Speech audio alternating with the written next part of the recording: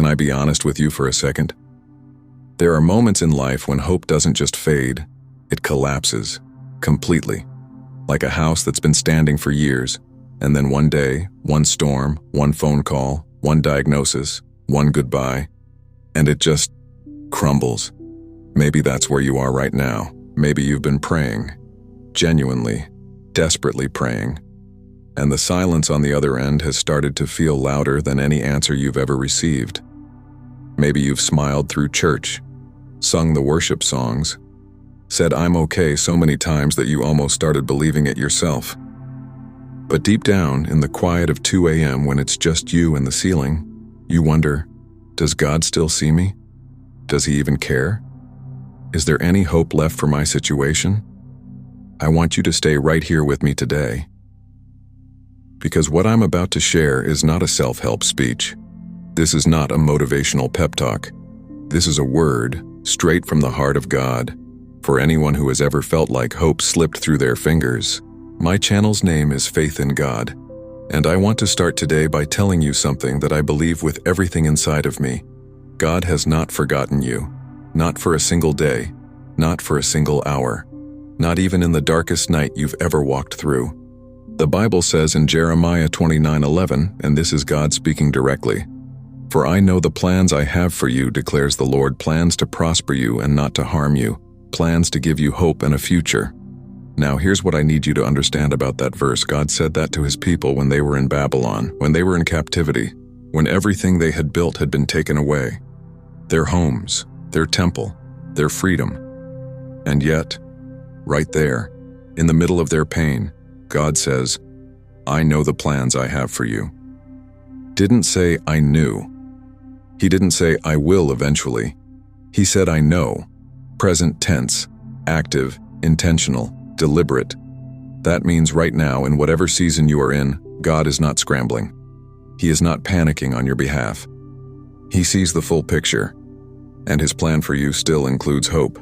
Today, I want us to walk through what that actually looks like. Because hope, real, biblical, God-breathed hope, is not wishful thinking. It's not blind optimism. It's an anchor. And God wants to restore it in your heart today. Before we can talk about restoration, we have to be honest about the loss. Hope dies for real reasons. It doesn't just disappear for no cause. It dies when the marriage you fought for still ended. It dies when the child you raised with faith walked away from everything you believed in. It dies when the job you needed didn't come through. Again. It dies when the doctor walks in with news you were not prepared to hear.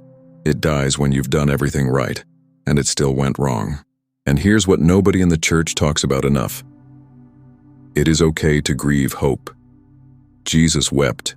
Did you catch that? The Son of God, who knew he was about to raise Lazarus from the dead, stood at the tomb and wept. John 11:35, the shortest verse in the Bible, and maybe one of the most powerful. Why did he cry if he knew what was coming? Because he loved people enough to feel what they felt. Because grief is not the absence of faith. Grief is the evidence of love. So if you are hurting right now, if you're in a season where hope feels distant or even dead, you are not weak. You are not failing God. You are human, and Jesus meets you exactly there. The Psalms are filled with this. Psalm 42, David crying out, "Why, my soul, are you downcast? Why so disturbed within me?" He's talking to himself. He's wrestling. He's exhausted. He's not performing faith. He's fighting for it. And God put that in Scripture. He put the tears and the doubt and the wrestling right there in his word because he wants you to know. Bringing him your broken hope is not a sign of faithlessness. It's an act of trust. Now let's talk about what God does with broken hope. Because the Bible is not a book of people who had it all together. It is a book of people who were broken, and what God did with those broken pieces. Think about Joseph, thrown into a pit by his own brothers, sold into slavery, falsely accused, thrown into prison. And for years, it looked like every promise God had ever given him was dead. But Genesis 50:20 records what Joseph says to those same brothers years later. You intended to harm me, but God intended it for good. The very things meant to destroy him became the pathway to his purpose. Or think about Naomi, a woman who lost her husband and both of her sons in a foreign land. She tells the people of Bethlehem, "Don't call me Naomi, call me Mara, because the Almighty has made my life very bitter." She was done. She had nothing. She had renamed herself after her pain. He didn't say, "I knew."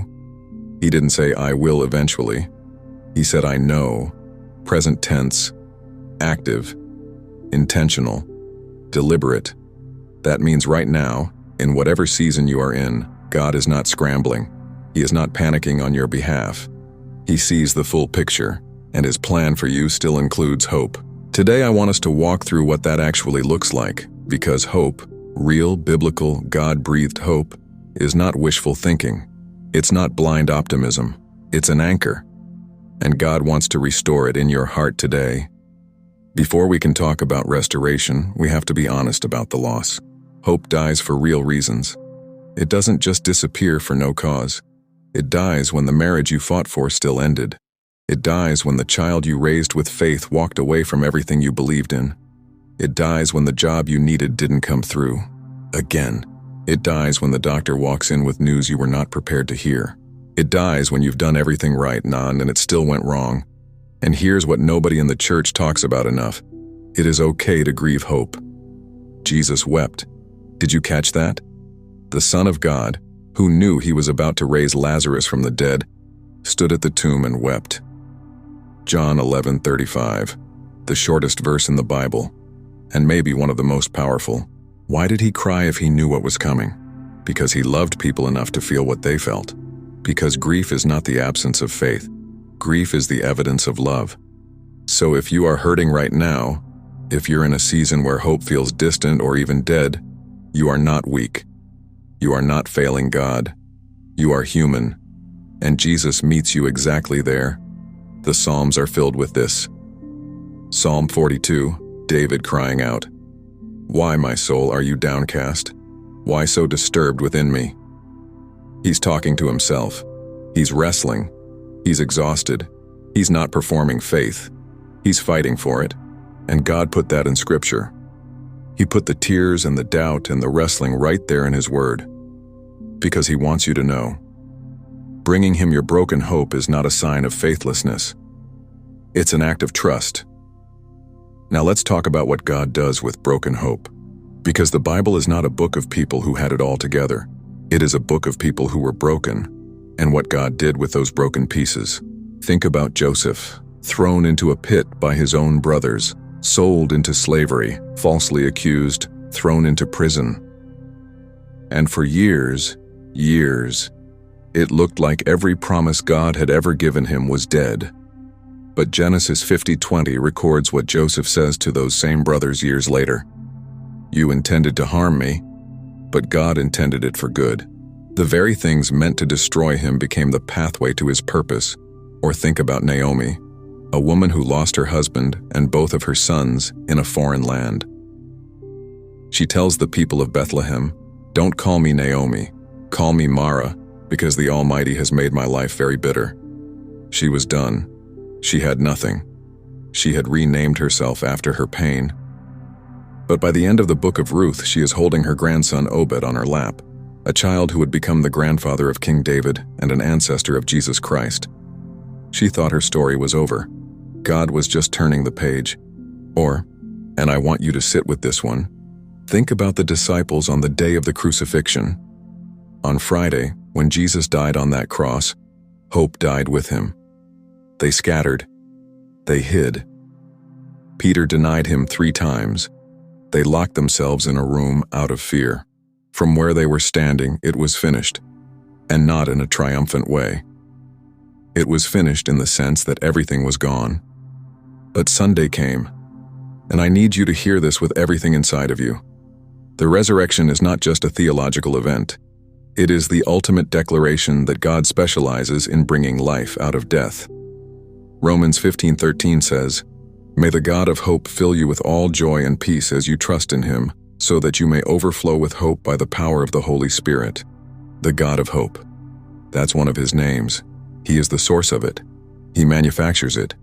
And he gives it not just in good seasons.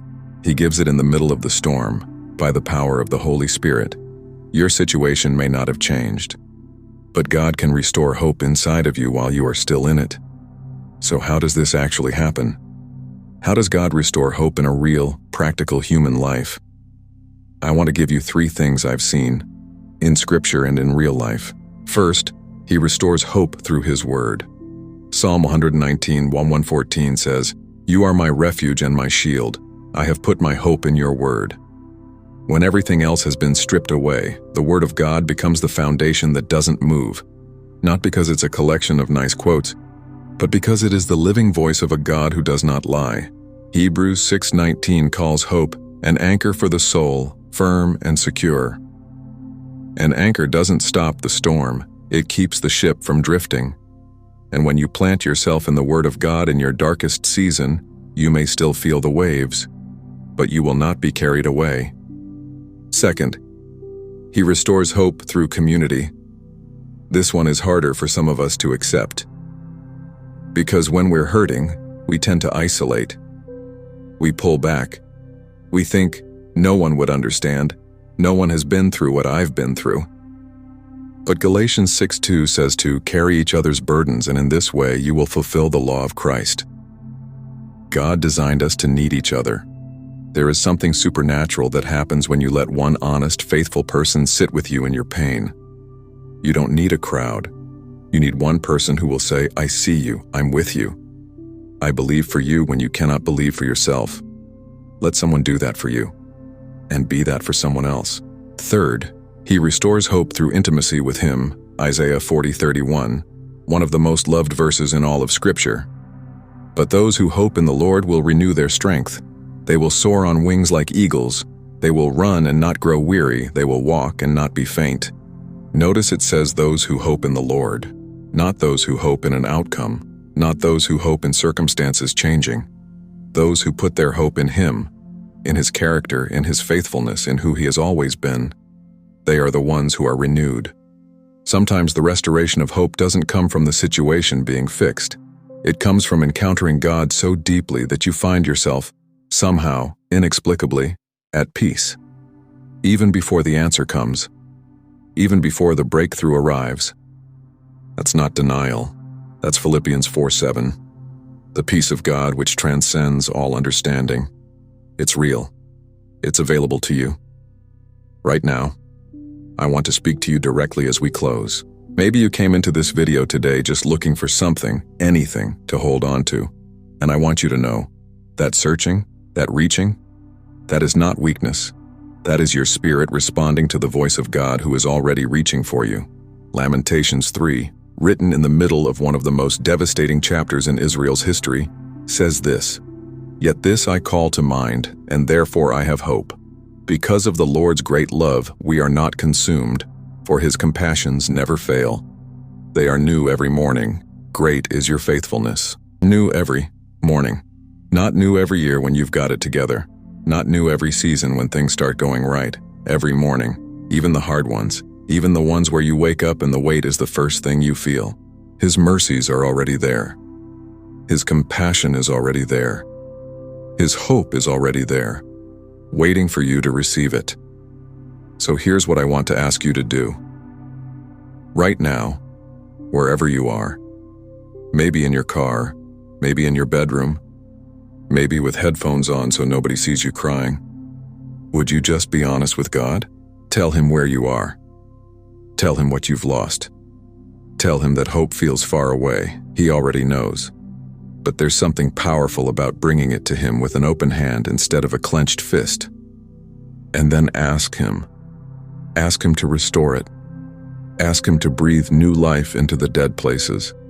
Ask him to be the God of hope in your story, the same way he was in Joseph's story, in Naomi's story, in the disciples' story. Because he is the same God, yesterday, today, and forever. Hebrews 13:8. Jesus Christ is the same yesterday and today and forever. The God who restored them is the God who is pursuing you. Your story is not over. The page is still turning. And God, the author of all things, He writes redemption into the darkest chapters. Don't give up. Don't go quiet. Don't stop reaching. He is closer than you think. And He wants to restore your hope. Not someday, not eventually. Today.